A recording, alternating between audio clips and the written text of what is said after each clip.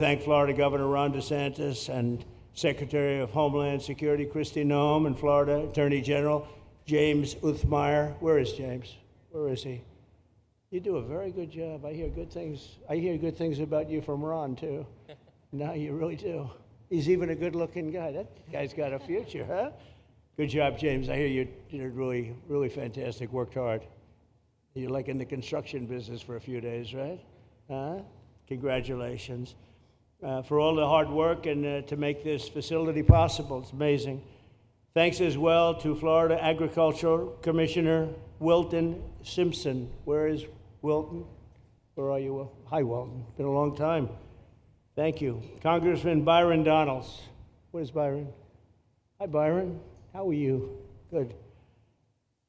Florida Speaker of the House, Daniel Perez. Daniel? Daniel, thank you, Daniel. Why, you didn't want to sit up here with us, Daniel? Executive Director of the Florida Division of Emergency Management, Kevin Guthrie. Hi, Kevin. Good job. Acting Director of ICE, Todd Lyons. Todd, great job. And Senator Joe Gruters. He is a great guy. Where is Joe? We love Joe. Thank you very much. Thank you. Thank you, Joe. Joe is great. With the help of those incredible Border Patrol agents, we now have the lowest level of daily border crossings ever recorded. As you know, last month, the month of May, just got released 2 days ago, the number of illegal aliens into the United States was zero. Zero. Even I find that hard to believe that. Somebody must have gotten in, I think. I don't know, but they say zero. And the people that count them are radical left Democrats. So when a radical left Democrat tells me it's zero, I believe him. But there's still much work to do. In the 4 years before I took office, Joe Biden allowed 21 million people, that's a minimum, I think it was much higher than that, illegal aliens to invade our country. He invaded our country just like a military would invade. It's tougher because they don't wear uniforms. You don't know who they are. More than the populations of New York City, Los Angeles, Chicago, Houston, Phoenix, and Philadelphia combined. That's what came into our country from prisons, from mental institutions, from street gangs, drug dealers. It's disgusting. This enormous country-destroying invasion has swamped communities nationwide with massive crime, crippling costs, and burdens far beyond what any nation could withstand. No nation could withstand what we did, and we're in the process of doing it, but we have some great people doing it now, and you see them up here with me. But it's, I'd call it like an unforced era. It's sort of like men and women sports. It's sort of like transgender for everybody. How could they have done this to our country? And we're never going to forget it. Last year, 15% of all the hotel rooms in New York City were used to house illegal aliens at costs that they never got for luxury. They never got this much for luxury people coming in from the wealthiest places on earth. They made more money with the illegal immigrants, with many rooms costing more than $300 a night, 6 times the rent of a typical American family. In Denver, Colorado, the city was forced to cut $10 million from its police and fire department budget as part of a $90 million plan to house illegal aliens.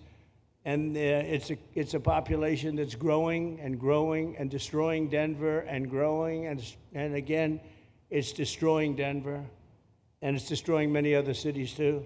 Likewise, one of the city's largest hospital system is drowning in unpaid medical bills, unpaid in the billions, after their emergency rooms were flooded with tens of thousands of illegals, leading to the closure of critical services. And these are really critical services. They can't even keep them open for American patients. The American patients were treated worse than any illegal immigrant. In Los Angeles, 1 in every 4 students in the public school system is from a household headed by an illegal, and most of them don't speak English, so they're in a school system, and they don't have interpreters, they don't have anything, they don't speak English. What a mess, what a mess. Unforced error, all these people allowed to come in. The United States is now spending $78 billion a year on translation. Okay, think of that, $78 billion a year on translation, and smaller numbers on special education programs for non-English speakers in our public schools. So $78 billion, I think that's not a mistake. I would say $1 million maybe, hundreds of thousands of dollars, $78 billion, Joe, on translators and non-English speaking work. Federal government, the Justice Department, it's more than twice the cost of maintaining the United States Justice Department, what we're spending on translation and other things to help. In total, the average illegal alien costs American taxpayers an estimated $70,000. That's each, $70,000. I think that number is even low. If you care about balancing the budget, the single most impactful step we can take is to fully reverse the Biden migration invasion. One of the worst invasions we've ever had. We've never had an invasion like this. We've had invasions, but we've taken care of them. We've never had an invasion like this, and it's with us. And we have some very bad people out there looking to do big harm. That's why the One Big Beautiful Bill includes funding for 3,000 new Border Patrol officers and 10,000 new ICE agents. And I've gotten to know the Border Patrol and ICE very well. Unlike Kamala, she was the border czar, but she never saw the border. She never made one phone call. She was some border czar. She would have been some president. Probably would have been slightly better than Biden, though. I had to run against both of them, you know? The one guy, it's like a fighter. You knock out the one guy who's doing badly, then they put somebody else in, but fortunately she was a stiff also. Otherwise, I would have been very angry. I would have been extremely angry. The heroes of ICE will also help round up and remove members of the savage drug cartels which are coming back into our country. And we got them out. Now some of them came back in. We just got them out again, and that's going to be a vicious cycle. But these are foreign gangs. They're horrendous people, killers, that have infiltrated our territory, including 8 which we have designated as foreign terrorist organizations, which gives us a lot more power for speed and getting them out much easier. And we had a great court victory, as you know, on Friday that allows us to do what we have to do from the Supreme Court of the United States. In 5 months, my administration has already arrested over 2,700 members of the murderous Venezuelan gang known as Tren de Aragua, including a pack of these sadistic animals arrested last month with over 280 guns, and these are guns of the latest caliber. These are guns that were made over the last period of less than a year, getting brand new guns, the latest and the greatest. Every day, our brave law enforcement officers are hunting down and deporting migrant criminals who have committed heinous crimes, including more than 13,000 murderers, 11,888 to be exact, but I'd probably say the 13,000 is right also. Think of it, 11,888, and more than half of them, they committed more than one murder. So, Ron, many of them are out of here already, but it's still it's a hell of a number to be confronted with. Just this year, ICE agents in Miami have apprehended illegals with arrests for murder, kidnapping, rape, child sexual abuse, and arson, people of the worst order. We're getting these monsters out of the United States, out of Florida, out of all the places that they're in. And on January 20th, I signed an executive order empowering governors and state police to be deputized to enforce federal immigration laws, and Ron's already taken advantage of it. It's a tremendous advantage for the states. Most of them are doing it. Actually, the blue states tend not to do it. Even a couple of them have, though. And I want to express my tremendous thanks to the state of Florida for embracing this opportunity and being a true partner. They've worked so well with the federal government. It's been just a beautiful, beautiful partnership. So, Ron, I'd like to thank you personally. You are my friend, and you'll always be my friend. And we may have some skirmishes even in the future. I doubt it, but we'll always come back because we just we have blood that seems to match pretty well. We have a relationship that's been a very strong one for a long period of time, and I appreciate it, very much appreciate it.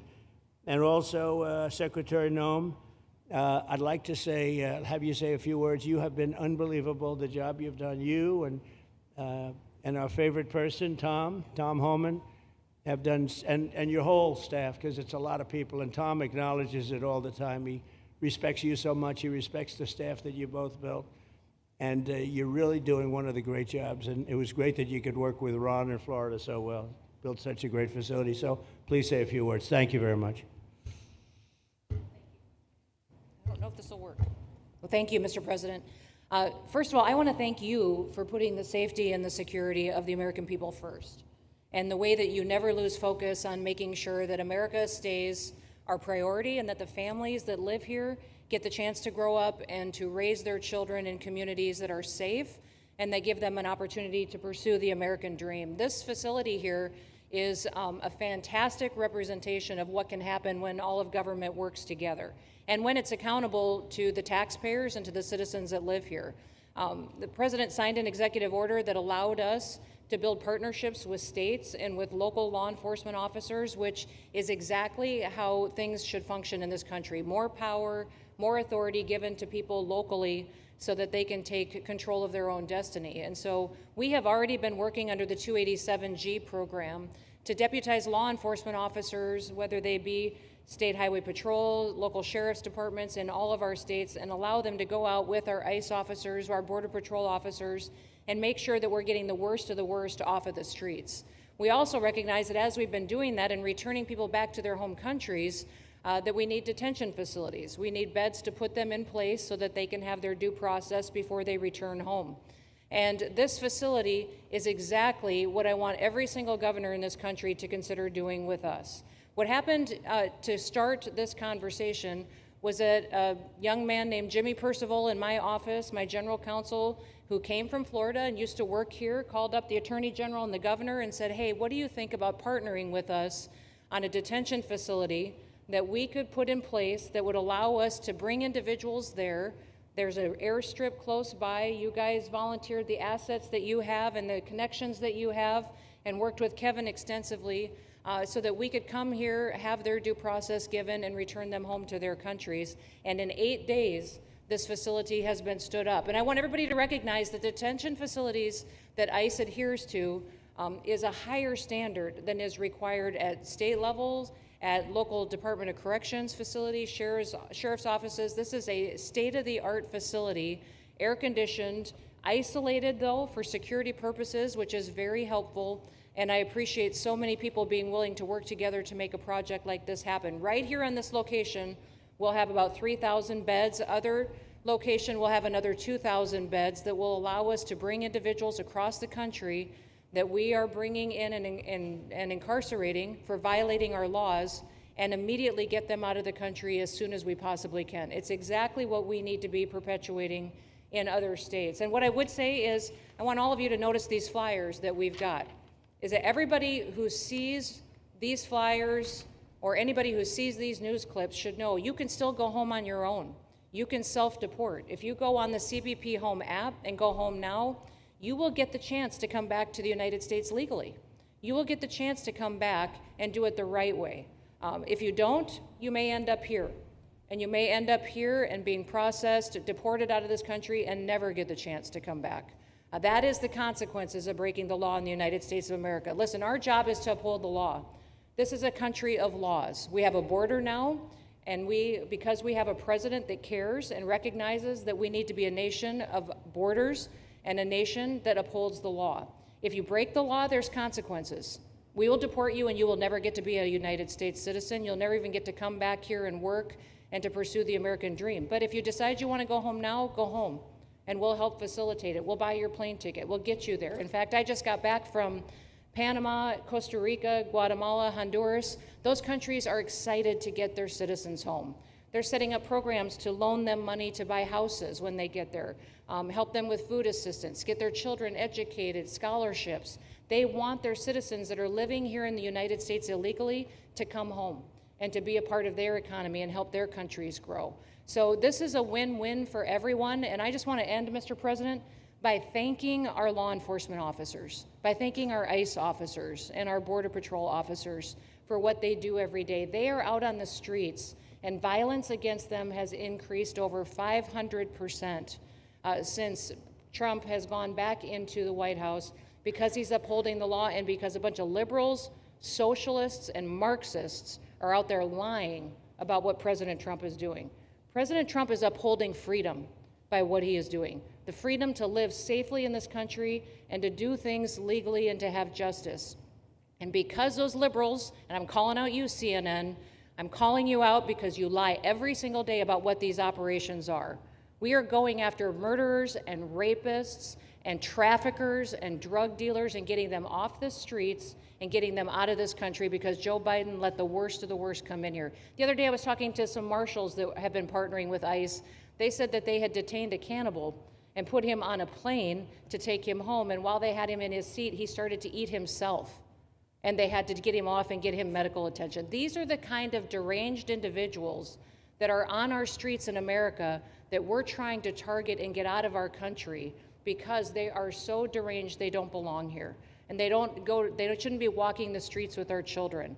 And they shouldn't be living in the communities with our families who just want to grow up, go to job, raise their children to grow up and get a job and to live the American dream. So thank you to all of our law enforcement officers, those in our military that have been helping, our National Guard. Thank you to Governor DeSantis for stepping up and being an example to other governors. I hope my phone rings off the hook from governors calling and saying, how can we do what Florida just did?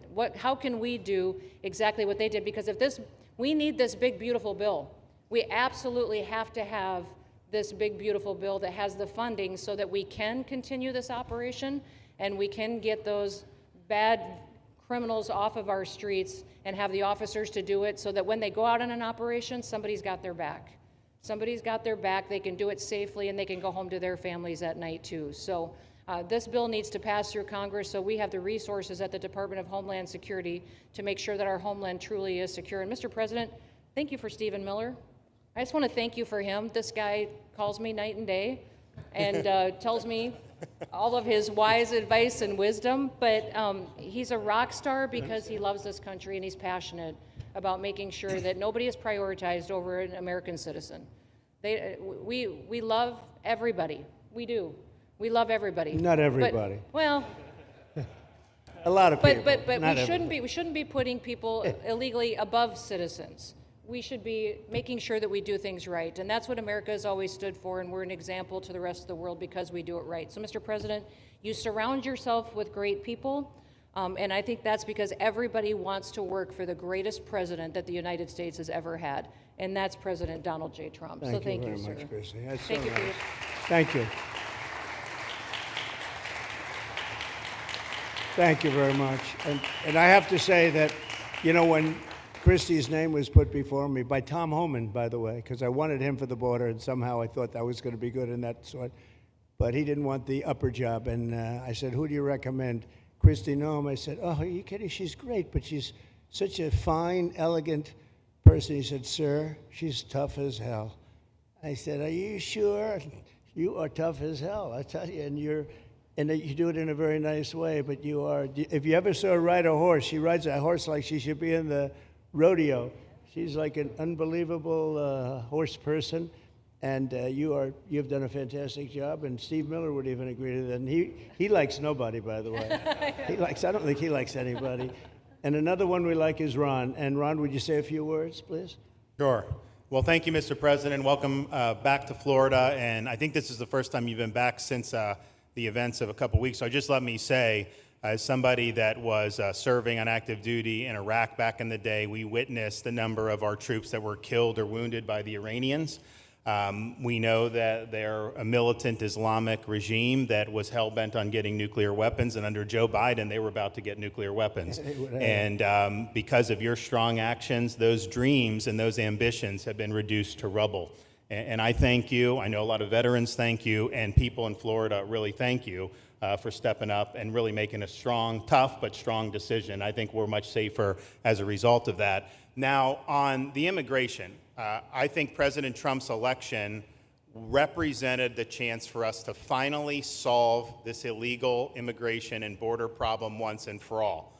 I knew he was going to do the border, although he did it very quickly and very thoroughly. I think that no one can say that that's been anything but a spectacular success. But then we have the issue of Biden let in how many millions of people? And you had millions that had been in over decades previous to that. You can't have a country if you don't have respect for the rule of law. You can't have a country if foreigners get to decide who comes in. No, we, the American people, make that decision, who's allowed or not allowed to come into our country. We've seen Europe be overrun by open borders, so we're not going to let that happen here. So when President got elected, I knew that the states had an important role to play in facilitating this really, really historic mission.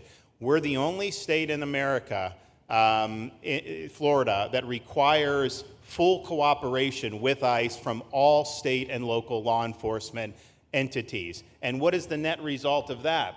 We have these agreements for these 287G task force with sheriff's departments, police departments, state agencies, and it's really instrumental in rounding up a lot of really bad people who shouldn't be here. If you look at the number of those full-blown 287G agreements that have been executed around the country, the state of Florida accounts for 60% of those. If you look at the number of immigration arrests of illegal aliens on any given day, the arrests happening in Florida constitute between 15 and 20%. Nationwide. So we're all in on this because we understand how important it is to our citizens. It crowds schools, it crowds medical, it crowds housing. Yes, you have illegal alien crime as well, and people want the problem solved. And the only way we're going to solve it is if states like Florida step up and help the president, help Secretary Noem get the job done. Now, this facility here was really in response to us working with DHS and ICE from the time the president got sworn in. And the number one thing they kept coming back to was, you know, Biden decimated the agency. I mean, let's just be clear. You could have illegals in Florida. Biden would just release them. Even when they had notices or they had orders to be removed, Biden wouldn't send them back. So their interior enforcement collapsed under Biden. So they're building it back up. But they're like, we need detention space in order to be able to bring about more deportations. And so what we have here can hold 3,000 now. We have 2,000 facility up at Camp Blanding that we're going to be open, which is our National Guard site. But think about what you have here. They come here, say they already or been ordered to be deported. You drive them 2,000 feet to the runway, and then they're gone. It's a one-stop shop. And this airport that's been here for a long time is the perfectly secure location. It's going to make a big difference. And let me just thank everyone who was involved. We got the call from DHS a little bit more than a week ago, and here we are 8 days later with this facility open, and as soon as Air Force One departs, it'll be swept, and it'll be open for business to be able to do. But our goal here is to process them and be able to effectuate their return to their home country. This is the opposite of what they were doing in New York by just putting them up in a hotel and then just letting them stay there indefinitely. No, we want to be able to send back. And when you walk into the processing, the president and I, Secretary Noem, Kevin Guthrie, walk through that initial intake, the first thing you see is information on how to go home on your own. Why would you want to come through Alligator Alcatraz if you can just go home on your own? I think a lot of people are going to make that decision. So you're going to have a lot of deportations that are going to be done by the administration, but I think you're going to have a lot of voluntary as well. So this is a force multiplier for the president's efforts. I would just say and echo what Secretary Noem says. There is no reason why other states can't be doing it. And I know Louisiana, Texas, a couple of them, but we've got if only the red states did this, they would be able to expand their capacity by tens of thousands, maybe 50, 100,000 on a given day. That's how you really start to make a difference. And so we're proud to be able to partner with the Trump administration on that. Mr. President, thanks for coming down. I think you highlighting this is going to move the needle in a big way throughout the country, and I think it's going to help all of us achieve the really big results that I think our voters want to see. Thank you, Ron. Great job. Thanks, Ron. Thank you, Mr. President, for the opportunity. My name is Kevin Guthrie. I'm the Executive Director of the Florida Division of Emergency Management. And I'd also like to thank President Trump and the Department of Homeland Security Secretary Noem for joining us here today and for their continued support. I want to thank first by thanking the man to my right, and that's Governor Ron DeSantis, whose bold leadership and swift action made this project possible. Make no mistake, this facility would not be standing here without the President, the Secretary, and the Governor's vision and determination to uphold the rule of law. Florida is and will always be a law and order state. Even before the President took office, the Governor made it clear that illegal immigration would not be tolerated in the state of Florida. When the President and the Secretary asked Florida to help, the Governor empowered our state and private partners to work collaboratively and deliver real results on a rapid timeline. The Florida Division of Emergency Management is best known for leading the nation in hurricane response and other natural disasters. We understand how to act fast without bureaucracy in the face of any emergency. Our teams built roads in 8 hours, bridges in 3 days, base camps in 72 hours, and full causeways in 2 weeks. Getting things done quickly, efficiently, and correctly is at the core of our mission. We simply just want to be the best at what we do in the nation. When the governor called me, and we answered, and we were proud to bring our logistical expertise to the table. We know how to set up base camps for guardsmen, first responders, linemen, volunteers, and other aid sources, and distribute that in a matter of days before a storm. We're able to translate this knowledge to what we did here at Alligator Alcatraz. Florida has put the best teams together who check their individual logos and egos at the door to get this done. Not just for you, Governor, but Mr. President, for you as well. There are over 13 different vendors that came together to get this solved in 8 days. Truly a whole of private sector partnership to get that done. Behind you on these boards, in only 8 days, we have built a fully compliant detention facility with a detainee capacity of up to 3,000 people, with room for additional capacity if you asked us to do so. The detention facility includes over 158,000 square feet of housing and is a fully aluminum frame structure rated for winds of 110 miles an hour or a high-end Category 2 for those people that don't think that we're taking that into consideration. This is Florida, by the way. Power supply is fully redundant with backup generators in place. We've put a staff village here on site with a capacity of 1,000. Our services are hot meal 3 times a day, 24/7 medical facility, pharmacy, air conditioning, access to indoor and outdoor rec yards, legal and clergy support services, laundry. Our security element is over 200 security cameras throughout the facility, more than 28,000 feet of barbed wire, 400 plus security personnel to include 200 men and women, soldiers and airmen underneath Major General John Haas's command as the Adjutant General of Florida. And it's all surrounded, as you pointed out, Mr. President, by 10 miles of beautiful Florida Everglades. Contingencies, as with all state correctional facilities, we have a hurricane plan. We will not wait for a Cat 2. We will follow our normal evacuation procedures as we do for any other facility statewide in our great state of Florida. We have on-site fire and EMS resources so that we do not we don't burden the locals with any type of response. All in all, sir, this has been a perfect state logistics exercise for this hurricane season. Everything we did here in the last 8 days, God forbid, if we have a hurricane, we're going to do it again. This was a dress rehearsal for us, and we are ready, willing, and able to support you, sir, the governor, secretary, and everything that you need us to do. Just a week ago, it was a taxiway and a runway, and now is a fully functioning facility. We are happy to support you, Mr. President, Governor, Secretary. Fantastic, Joe. Thank you.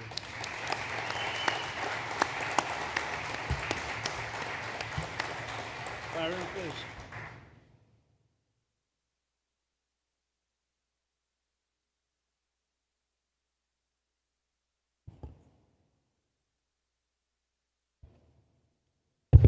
There we go. First of all, Mr. President, we all have to thank you for your leadership and for the mandate that the American people gave you to finally secure our borders and to deport criminal illegal aliens and longstanding illegal aliens out of the United States. That is a mandate given to you by the American people. I know Secretary Noem, Stephen Miller, Governor DeSantis, myself, on behalf of the other members of Congress in the Senate, and of course here in Florida, we are behind you 100% in that mission. To the governor, I really appreciate you and commend you for your leadership on this, taking swift, decisive action to building this facility.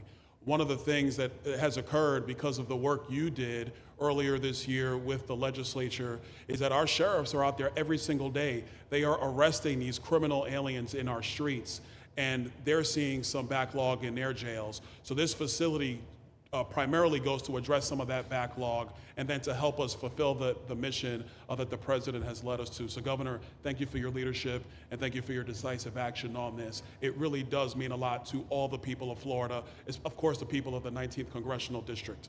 Secretary Noem, I mean, what can I say? The president's right, you're double tough. So we appreciate all your leadership. You and Tom Homan have been doing a great job. And I'm actually going back to DC after this because we have to vote on one big, beautiful bill in the House. We have to get that to the president's desk so we can get you the resources that you need to fulfill the mission that the American people have asked us to do. I totally agree with what Mr. Guthrie has said. This is a logistical marvel when something like this occurs. We've seen Florida Department of Emergency Management answer the bell time and time again. The governor has said we need to accomplish this, and DEM gets that job done. And we had a side conversation about, I know there were some concerns. People were like, well, what happens if a hurricane comes? What happens if this happens? And I looked at Kevin Guthrie and I said, you already have a plan, don't you? And he goes, of course we have a plan. You know that we do. This is what Florida does, Mr. President. And so I want to commend you for your leadership and your vision on this. Governor, thank you for all that you've done with your vision and determination. Secretary Noem, we're going to get the bill done so you get the resources you need. See you, sir. Thank you very much. Oh, thank you. Wow. Thank you. You know, I'm waiting, listening to these wonderful words, and they are music to my ears, but I was also wondering how we're doing, because I know this is prime time. It shows that I care about you, because I'm here, and I probably should be there, but we do care. Thank you very much. James, please. We're all happy now, James. Yeah. Well, I can speak on behalf of all of our sheriffs, state law enforcement, our police chiefs.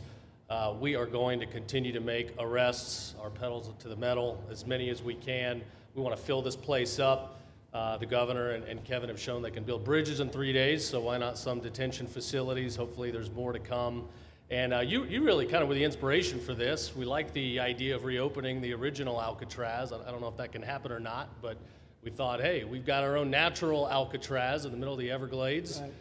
Great runway, great perimeter, so let's make it happen. In Florida, we walk the walk, and we will deliver for all of you. Thank you. Well, I heard you were responsible for the locational pick, and you cannot have picked a better location. I said, whoever the hell made this choice, I know you take it a little heat from some environmental groups, but I take it all the time, and that's an honor.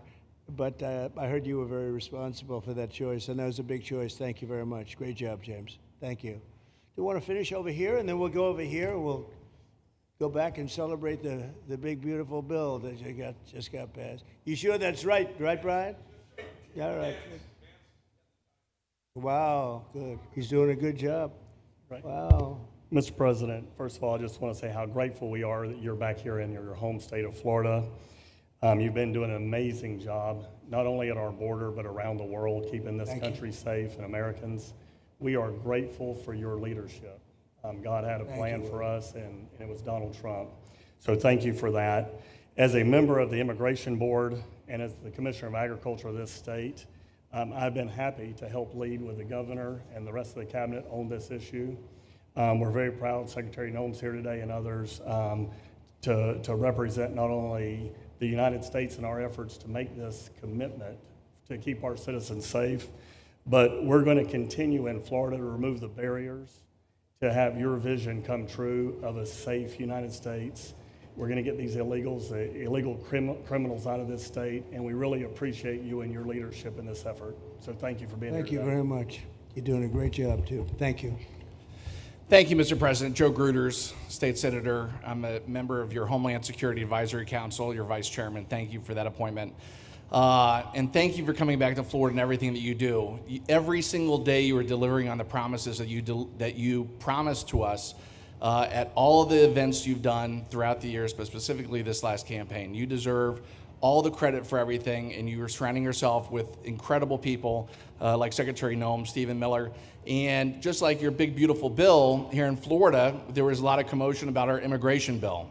And we had 3 B's in that: beds, badges, and bad guys. And this goes right along with our beds and the resources. And I give the governor, Ron DeSantis, a lot of credit for stepping up and making sure that we all work together, because at the end of the day, even if sometimes there's there are skirmishes.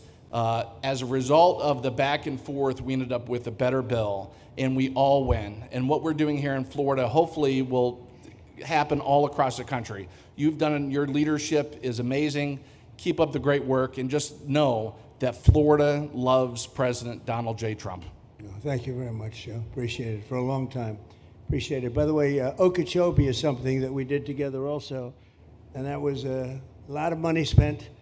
I hope it was well spent. I know we did a Rolls-Royce job, but it's a lot of money that we spent out there together. And how is it going? You can delegate that to us because we move faster than the Army Corps. Good. So we will finish that reservoir. Good. If you delegate it to us, I'll get it done and much quicker. Oh, I would do that. Yeah. I'll tell you, let me ask myself permission. Permission granted. Go ahead, get it complete. You want to do All right, that? we're gonna go talk Go to ahead, the do Army it. Corps Good. then after this. Good. You can move faster, actually. Please. Sir, just first on behalf of the men and women of ICE, we just want to thank you for allowing us to do our job again. You know, your vision and under Secretary Noem's leadership, this is what the American people want. And I hope that you see great results of what we're doing out there every day, getting the worst of the worst out of our communities. Because of you and Secretary Noem, I have the privilege to lead one of the most premier and the finest law enforcement agencies that we do have in the United States. And the men and women of HSI and ERO Miami do incredible work like you highlighted. And with the governor in the state of Florida, the partnership in Florida has been amazing. The 287G program is only going to help us to identify all those known gotaways and get the worst of the worst out of the neighborhoods. And through our Homeland Security Task Force, we are going to make America safe again. So thank you very much to both you and the Secretary. Thank you, Todd. Great job. Really great job you're doing. Thank you. Please. Good morning, Mr. President. Hi. Thank you so much for coming. Again, as Garrett Ripp, I'm the Field Office Director for ICERO here for the Miami Field Office. Incredible collaborative work we've been doing together, working with the state, working with our local partners. And again, just the 287G is going to open up that aperture and allow us to get those bad hombres off the street and get them Right. into this facility. And we're looking forward to it. And again, just appreciate all your Thank you. support. Thank you. Always thank you. You've always been so great. Thank you very much. Please. Good afternoon, Mr. President. On behalf of Air Marine Operations, my name is Andres Blanco. I'm the Executive Director for Southeast Region. AMO continues to execute and support your executive orders. Air Marine Operations brings a unique capability both in the air and the maritime domains. And in partnership with our Border Patrol, OFO officers, and ERO, we continue to conduct effective operations both interior, along the border, and along the maritime approaches. Thank you very much. Good job. Good afternoon, Mr. President. Jose Figueroa. I am the Acting Special Agent in charge for Homeland Security Investigations here in South Florida, and our office covers from Key West to Fort Pierce. Tremendous collaboration here with the state and our federal partners.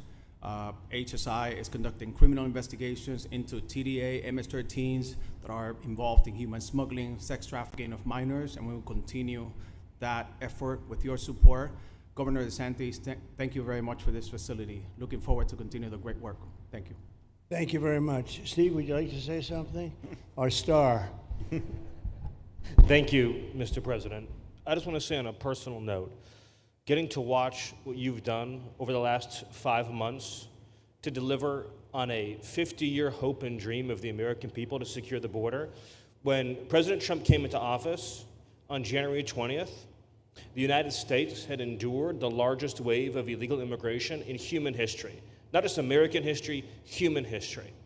And within just a few days, President Trump, through his strength, leadership, diplomacy, and vision, achieved the most secure border anyone in the world has ever seen. When we recently went overseas to the NATO summit, I had senior staff in foreign governments come up to me and ask me how he achieved the Trump miracle on his border and could that be replicated in their countries. For individuals who don't work in this space, to have 0 successful illegal entries in an entire month should be an impossible achievement. There's a 2,000-mile border with one of the poorest countries in the world, and you have open travel from 150 countries into Central America and South America. There are 2 billion people in the world that would economically benefit from illegally coming to the United States. And through the deployment of the military, through the deployment of novel legal and diplomatic tools, through the building of physical infrastructure, through the empowering of ICE and Border Patrol and the entire federal law enforcement apparatus, President Trump achieved absolute border security. And now, once this legislation is passed, he will be able to make that with those resources permanent. Watching what you've done, sir, has been one of the honors of a lifetime. I'm proud to be able to play any role in it. And what President Trump is going to achieve next with the resources in this bill will make America safer, stronger, freer, more sovereign, and more prosperous than it has ever been before. Thank you, sir. Thank you, Steve. Oh, thank you. And the bill is going to be great for Ron. It's going to be great for Florida too. A lot of set-asides for Florida. Some of the things that you wanted to do, and so it's great news to hear that it was approved. Do you want to take a few questions, Ron? We'll take a few questions from these. Yeah, please go ahead. Yeah. Thank you, Mr. President. Given the likelihood of the One Big Beautiful Bill passing, and we look forward to the success of this facility here, how many more facilities like this do you feel that the country needs in order to enact your agenda of mass deportations? Well, I think we'd like to see them in many states, really, many states. This one, I know Ron's doing a second one, at least a second one, and probably a couple of more. And you know, at some point they might morph into a system where you're going to keep it for a long time. You know, it's not that far away from jails that take years to build, and money is spent and wasted, and you know, like the railway that they have in California that costs like 40 times more than it was supposed to cost. The same things happens with prisons. You look at this in a short period of time. Ron, James, and some of the people that really worked on it along with our people, they did this in less than a week. And you look at it, it's incredible. The incredible thing is picking the site, because the site was one of the most natural sites. It might be as good as the real Alcatraz site. You know, it could be. Well, that's a spooky one too, isn't it? Huh? That's a tough site. But so I think it could last as long as they want to have it. I mean, you may morph this into, you know, your prison system, frankly, which I know you always need, unfortunately. I'd like to say, you know, a little controversial, but I couldn't care less. We have a lot of bad criminals that came into this country, and they came in stupidly. It was an unforced error. It was an incompetent president that allowed it to happen. It was an auto pen maybe that allowed it to happen, and it did happen. But we also have a lot of bad people that have been here for a long time, people that whack people over the head with a baseball bat from behind when they're not looking and kill them, people that knife you when you're walking down the street. They're not new to our country. They're old to our country. Many of them were born in our country. I think we ought to get them the hell out of here, too. You want to know the truth. So maybe that'll be the next job that we'll work on together. But I think getting them out, you know, we forget about them. We had some bad accidents in New York. And they're not accidents. They were done very much on purpose. People being pushed into a subway just before it arrives, going 40 miles an hour. And they're 10 feet away from where the thing is, to get pushed right into the face of the subway train, get whacked and killed. And these are sick people. I'd like to get them out of here, too. Yeah, please, go ahead. White shirt, glasses. Julio Rosas, Blaze Media, sir. A couple months ago, I ran into former DHS Secretary Mayorkas, and I asked him a couple questions about his disastrous handling of the border. He didn't like my questions. But the number one question that I heard from people in responding to my video was, why hasn't he been arrested yet? You know, obviously, you guys are cleaning up the mess that was made deliberately for the past 4 years, and so people want accountability. It's great to see that the border is secured, and it's great to see the state level cooperation. But I guess I would ask you, why hasn't he been held accountable, or anybody really? Well, you know, pardons were given out by to many people, and they shouldn't have been given out. Like the Unselect Committee of Political Thugs was given a pardon because they destroyed all of the information from 2 years of hearings, and they should be arrested, but they were given pardons. Was he given a pardon, Mayorkas? Was he not? I don't believe so. Well, sir. I'd take a look at that one, because what he did is it's beyond incompetence. Something had to be done. Now, with that being said, he took orders from other people, and he was really doing the orders. And you could say he was very loyal to them, because it must have been very hard for him to stand up and sit up and, you know, talk about what he allowed to happen to this country and be serious about it. So he was given orders. If he wasn't given a pardon, I could see looking at that. In fact, why don't you take a look at it, Kristen? He was impeached, but yeah, it was just a fake impeachment. It was a fake impeachment. Why don't you take a look at it? I think he was so bad. They were all so bad. Look, it was the worst president in the history of our country. We've had some bad ones, but he was the worst president. But somebody told Mayorkas to do that, and he followed orders, but that doesn't necessarily hold him harmless. So take a look at it. It's a very good question, actually. Thank you. Yeah, please. Go ahead. Mr. President, you and the Secretary have both said that many people have self-deported since you came back into office. Yeah. How many is many, and has the rate gone up? How do you see the tempo of that moving forward going on?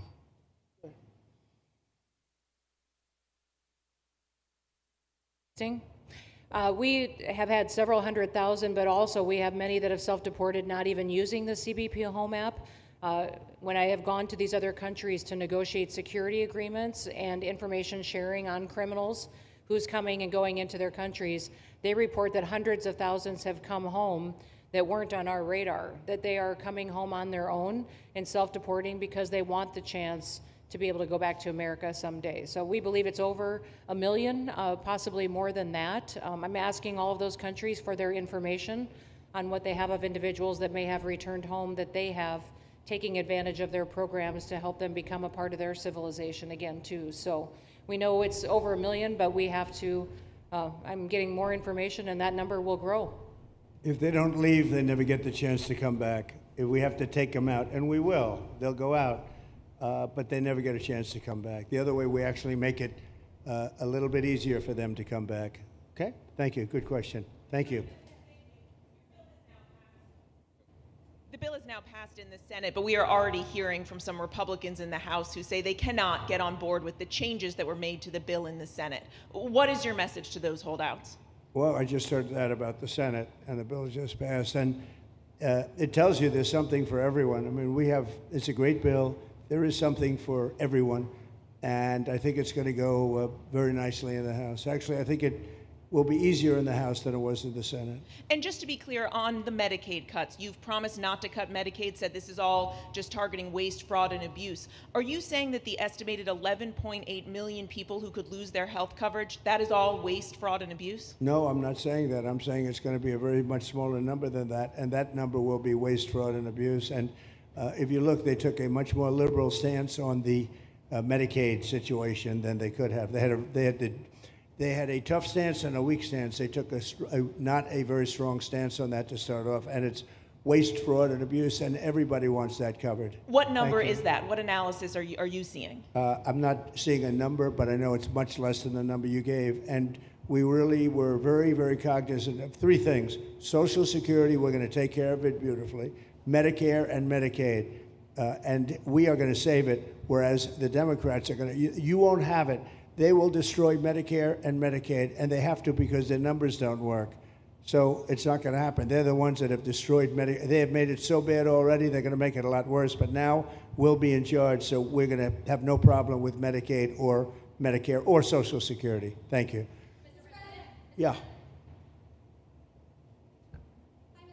Claire Gall with Wink News in Fort Myers. What is your direction to ICE when it comes to arresting farm workers here illegally, other workers in industries that are pretty critical to Florida's economy? Yeah. Well, we're very much cognizant of that, and as you know, I won the farmers by 92%, and I'm not going to be abandoning my farmers. We were strong on the borders, but we're also strong for the farmers and for others in the hotel industry, et cetera. You know, we have similar situations, and Christy and I, and we'll be working with Ron and a lot of the states. We're going to work something where the farmers can be responsible for some of the people that have been. They have people run for 10, 15 years that they know very well. We're going to put them responsible and we're going to issue a form of a card or document, and the farmer's going to be responsible for these people. They're not going to have citizenship, but they'll be working, they'll be paying taxes. We need to get our farmers the people they need, otherwise our farmers aren't going to be able to do their land.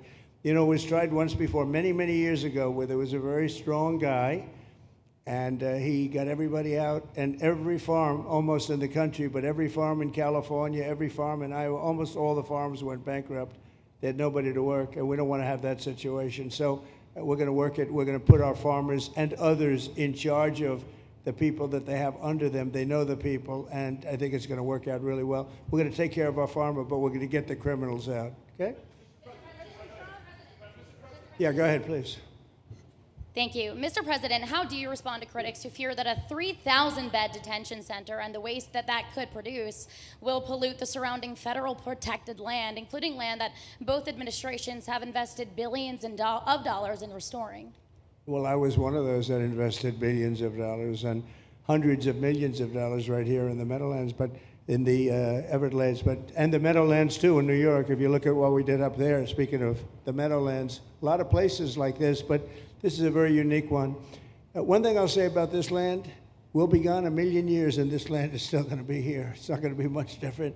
You'll have the water moccasins, you'll have the alligators. You may not have people, but you're going to have all those animals. They're going to be around, and you got plenty of them out here. I think it was a brilliant choice, and I think almost anybody in his or her right mind would say this was a brilliant choice. I give the governor a lot of credit for using this piece of land. And in addition to that, it's on top of something that was already developed. It's an airport. You know, you have the runways, you have so it's already been developed. So it's not like you're dropping dirt right into the thing. There was zero movement of that. That was done many years ago because the airport's very old, but it was an abandoned railroad, an abandoned airport. And frankly, it's like perfect. And you can do expansion on this site substantially without doing anything. So the people, I heard them complaining about the Everglades. There's no, I don't think you've done anything to the Everglades. I think you're just enhancing it. This was already here. How long has the airport been here? Decades. Many decades, yeah. And they have, Kevin, all these guys, you know, have a waste plan, like the wastewater gets trucked out, potable water gets, literally, they have, even our DOT has put things up in case there's any seepage, which we don't. So you are literally doing this on concrete that's already here. So I don't think those are valid and even good faith criticisms, because it's not going to impact the Everglades at all. President's been a champion, we've been a champion, really changed the game in Florida on it. I think it's just people don't want to see illegal immigrants deported, and that's their ideology, and they have a right to that. But illegal immigration's unpopular, so they know that they're going to have less effect trying to do it. So they're going to try, oh, well, no, it's just about the Everglades. But really, I think a lot of those people, they just don't want to see illegals deported. Because if you actually hear everyone's here, you obviously know there's zero land that's being disturbed. Well, you know, when we talk about popularity, though, I will say I ran on the issue of illegals, and we have to get them out. And I won 82% on that issue. So I think that they may not like certain aspects of it, but ultimately they do not want them in their country. And if this is a part of a use, but I think from an environmental standpoint, it's incredible. In fact, when we landed that very big, heavy plane today, they came out and checked it fairly. You know, I think they want the president to be able to land on a piece of concrete that's not going to go 6 feet underground. And they checked it. They came back and they said, this thing is really solid. So it's been there a long time. It's going to be here a long time, and it was a great choice of a site. Thank you. Yes, please. Brian, go ahead. Yes, sir. The people of Syria were recently seen on the streets waving American flags, chanting Trump, Trump, Trump. They're so appreciative of the economic sanctions that was lifted on that country, giving them a little bit of hope for prosperity. You want to comment on that? Well, they're great people, and the man that is leading them has a reputation. You know, he's the head of some pretty tough organizations, and a lot of people criticized me for that. I said, well, what are we going to do, take him out of a day school, a country day school? It's going to be, by nature, I would think, Ron, they'll be pretty tough, and he is pretty tough, but I think I met him, spent a lot of time with him, good guy. I took off the sanctions because if I didn't do that, they wouldn't have had a chance. And Syria has a chance. You know, the people are great. They work hard. They're very smart. It used to be a place of professionals, accountants and lawyers and doctors and high academic credentials in that part of the world. And I think it's going to work out great. I took off the sanctions, and they were very appreciative. They were shocked, but they were very appreciative. We're giving them a chance at survival. With the sanctions, it couldn't have worked. Thank you. Mr. President, your beloved New York City, your beloved New York City may well be led by a communist soon, Zorhan Mandami, who in his nomination speech said he will defy ICE and will not allow ICE to arrest criminal aliens in New York City. Your message to communist Zorhan Mandami. Well, then we'll have to arrest him. Look, we don't need a communist in this country, but if we have one, I'm going to be watching over him very carefully on behalf of the nation. We send him money. We send him all the things that he needs to run a government. And by the way, they get about 3 times what you get, Ron. If you look at the per capita, Florida gets 1/3 of what New York gets in terms of the numbers. Why don't you give us those numbers? Yeah, well, because that's what we should send him. Yeah, well, like sometimes people say Florida gets more because they count Social Security recipients, but that's not money to the state. Those are seniors that live here. If they moved to North Carolina, you could count it there. So it has no interaction with the state government. They get more in the city and state governments than we get. Right, substantially. We're going to be watching that very carefully, and a lot of people are saying he's here illegally. He's, we're going to look at everything, and ideally. He's going to turn out to be much less than a communist. But right now, he's a communist. That's not a socialist. I've always said, we will not have socialism in this country. In the speeches, I said, well, what? They skipped socialism. And you got a lot of them like that. And you see AOC, she's out there with her, bad IQ. She's out there ranting and raving about how wonderful he is. And look, so far he's winning. He still has a race to win, but so far he's winning, and he has an advantage as a Democrat in New York City. I was there a long time ago, and it was a long time since a Republican won the city, but you would think that a Republican would be able to win. Or you have a good independent running, Mayor Adams, who's a very good person. I helped him out a little bit. He had a problem, and he was unfairly hurt over this question. He made a statement to the effect that this is terrible. New York City can't have all these immigrants come in, and like he was indicted the following day. And I said, that was a phony indictment, and it was a phony indictment. That was a Biden indictment. I said, don't feel bad. I got indicted 5 times every time you opened your mouth. That was a bad group. That was a very dangerous group, I will tell you. These were not nice people. That was the only thing they could do. They had no policy. They had no skill. They had no anything. But they were very good at that. They were vicious, vicious, horrible people. Thank you very much. Yeah, please, go ahead.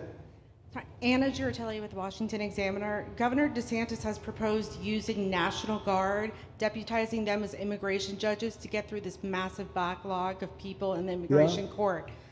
Would you be open to that? Yes, he has my approval. Okay. That wasn't too hard to get, was it, Ron? He didn't even have to ask me, James. You didn't even need James to ask me. He has my approval, okay? Good. I also like what he's doing in Okeechobee. He has my approval for that, too. I don't know how we work that out, but we'll work it out. We'll follow up. Go ahead. Please. President Trump, Jake Stofan with Action News Jax from up in Jacksonville. There's some talk about a facility similar to this up in Camp Blanding. Has that been approved by DHS? If not, what's the timeline? When could we see ground break on that? Well, I'll ask Ron or James to talk about it. Do you want to mention it, James? The overarching plan, I think the secretary has said she supports the whole plan, so you guys are going to keep going. Yeah. So, Mr. President, just specifically, the response for proposals is out for that today. It closes, I can't even remember what day of the week it is, but it closes on Wednesday at 5 o'clock. Then we will do notice to proceed. So I would say right after our wonderful Independence Day, we will be starting construction there at that facility.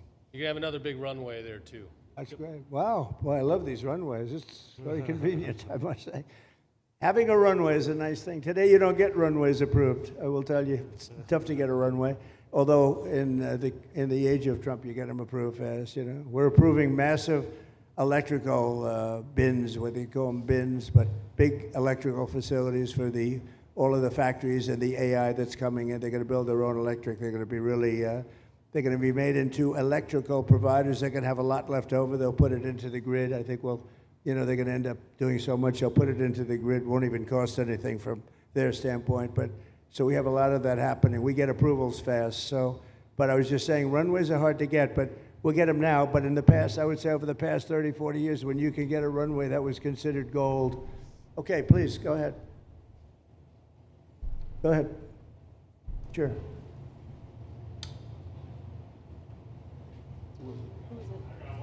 Okay, go ahead. Yes. President Trump, Laverne McGee, News 6 Orlando.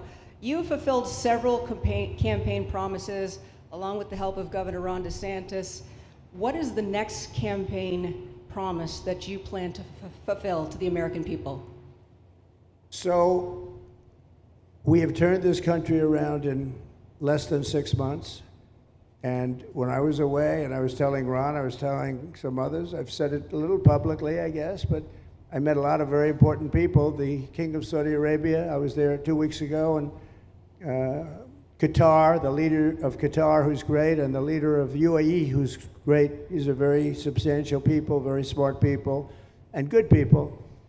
And all three of them said essentially the same thing, along with many other people, because I just left NATO. NATO's we took it up to 5%. Nobody can believe that one run. That would be hard, but nobody believes that, what happened in NATO, over $1 trillion a year from like nothing. It was an honor. But every leader said that a year ago, this country was dead. They had no confidence in the United. They really felt it was a dead country, and it was some bad things were going to happen. But they used the term, it was a dead country, and now they said you have the hottest country anywhere in the world. We're the hottest country in the world right now. And we turned it around fast. I thought it would take longer than this. We turned it around fast. Some of it was psychology, and we had to know how good we were. But others was getting rid of rules, regulations, and all of the things that I got rid of already. I signed more executive orders than anybody in history, times like 3 or 4. And I got rid of just one. I got rid of the other night. You buy a house, they have a faucet in the house, Joe, and the faucet, the water doesn't come out. They have a restrictor. You can't, in areas where you have so much water, they don't know what to do with it. You have a shower head, the shower doesn't, you think it's not working. It is working. The water's dripping out. And that's no good for me. I like this hair nice and, I like that hair nice and wet. Takes you have to stand in the shower for 20 minutes before you get the soap out of your hair. And I put a thing in, and it sounds funny, but it's really not. It's horrible. And when you wash your hands, you turn on the faucet, no water comes out. You're washing, the water barely comes out. This was done by crazy people. And I wrote it all off and got it approved in Congress so that they can't just change it, because I did it in my first term. Everyone was so happy. And then one of the first things that Biden did when he came back is he put the restriction on showers, toilets, and sinks. Put this restriction, and washing machines. The washing machine, they give you like a quarter of this bottle to do your clothing.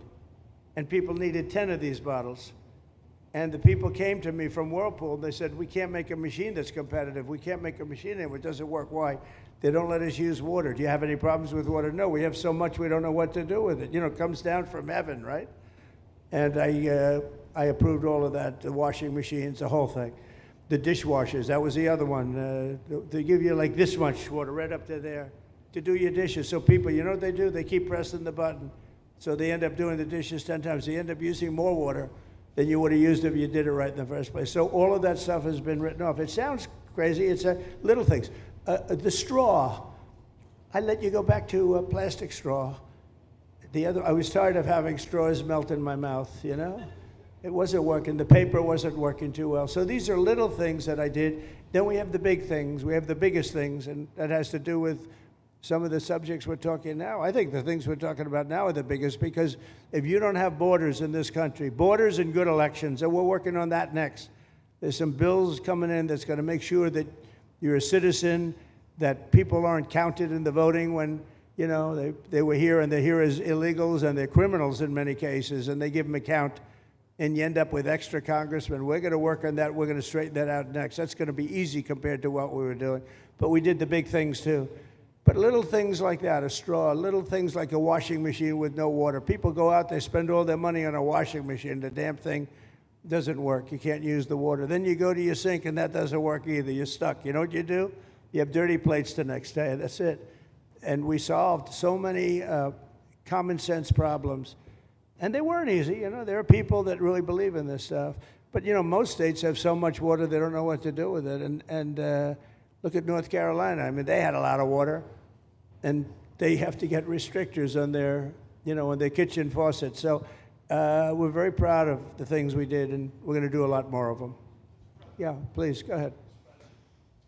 You guys in good shape. Hey, it's Eric Bowling. How you doing, sir? Something we've talked about for I'd say, better part of 20 years. I think it's something near and dear to your heart, energy, our energy security. Under Joe Biden, average price of oil for the 4 years was about $79 a barrel. He drained the SPR halfway down, promised to replenish it, never did.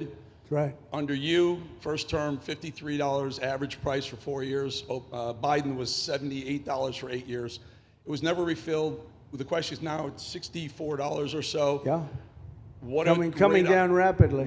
Coming down, and what a great opportunity to fix another one of Joe Biden's problems, one of the things he broke in America, giving us the energy security of an emergency SPR, Sure. fill it to, maybe even go beyond and fill it to 1 billion barrels this time at a much cheaper price. Thoughts on the energy sector? So it holds 77 million barrels, and we had it up to the top, if you remember. And I was proud of that, and I made a deal to buy it at the lowest price of oil. It was a good deal, good instinct. And we filled it up, and when he came in, he started using it to keep oil prices down because he blew our energy policy out. Energy and his bad spending is what caused inflation. So now we have no inflation. Gasoline just hit $1.99 today in 5 states. $1.99, isn't that a nice sound? It was up to $4, and going up to $5, $6, and $7. In California, it was $7.70. But we just hit in five states, $1.99, $1.98. And it's coming down to that level, so that'll be a big thing. And one of the reasons the prices and costs are going down when you go to the supermarket, because I said I was going to get costs down. We're getting the cost down. Food is coming down. When I came out, my first week, if you remember, I had a lunatic reporter screaming at me saying, eggs are going through the roof. What are you going to do about eggs? I said, I just got here. I didn't know anything about eggs. I had to call you. I said, look, I just got here. Tell me the problem. Well, they're doubled in price, and they're going to be 5 or 6 times higher. They were right, actually. I said, let me work on it. And now we have eggs down to the same numbers it was when I first came in. You know, we lowered the cost of groceries. A simple word like that, groceries, it was like almost a strange word. I hadn't heard the word in so long, but what could be more beautiful than the word grocery? And we have the prices way down. We have the energy way down. Energy brought the groceries down, if you want to know the truth. And, you know, so we think we're going to get it lower, and we're going to fill up the it's called the Strategic National Reserves. I had it topped out, and this guy would use them every time before the election. He'd use them whenever they had an election. It was artificial. But believe it or not, as big as that are tens of hundreds of millions of barrels of oil, all filled up at low prices. But it was really meant for wars, and it wasn't meant for keeping your prices down during a holiday so that somebody could get elected. But they used it, and they didn't bring it. The only mistake you made, they didn't bring it a little down. They brought it right down to the bottom. The thing is practically empty. They never filled it up. They never spent 10 cents in filling it up. And we'll do that. When the market is right, we'll fill it up. I want to fill it up when the market's right. Thank you. How about one more question? Okay, please, in the back. Dana Marie McNichol, Fox News Channel. Mr. President, is there an expected time frame that detainees will spend here, days, weeks, months? And does that have anything to do with the immigration judges you just spoke about being trained and staffed here? When you say, what was the first part of your question? Is there a specific time frame you expect the detainees to spend here, days, weeks, months? In Florida? Yes, here at Alligator Alcatraz. I'm going to spend a lot. Look, this is my home state. I love it. I love your government. I love all the people around. These are all friends of mine. They know them very well. I mean, I'm not surprised that they do so well. They're great people. Ron has been a friend of mine for a long time. I feel very comfortable in the state. I'll spend a lot of time here. I want to, you know, for 4 years, I've got to be in Washington, and I'm okay with it because I love the White House. I even fix up the little Oval Office. I make it, it's like a diamond. It's beautiful. It's so beautiful. It wasn't maintained properly, I will tell you that. But even when it wasn't, it was still the Oval Office, so it meant a lot. But I'll spend as much time as I can here. You know, my vacation is generally here because it's convenient. I live in Palm Beach. It's my home. And I have a very nice little place, nice little cottage to stay at, right? But we have a lot of fun, and I'm a big contributor to Florida, you know, pay a lot of tax. And a lot of people move from New York, and I don't know what New York is going to do. A lot of people moved to Florida from New York, and it was for a lot of reasons, but one of them was taxes. The taxes are so high in New York, they're leaving. I don't know what New York's going to do about that, because some of the biggest, wealthiest people and some of the people that pay the most taxes of any people anywhere in the world, for that matter, they're moving to Florida and other places.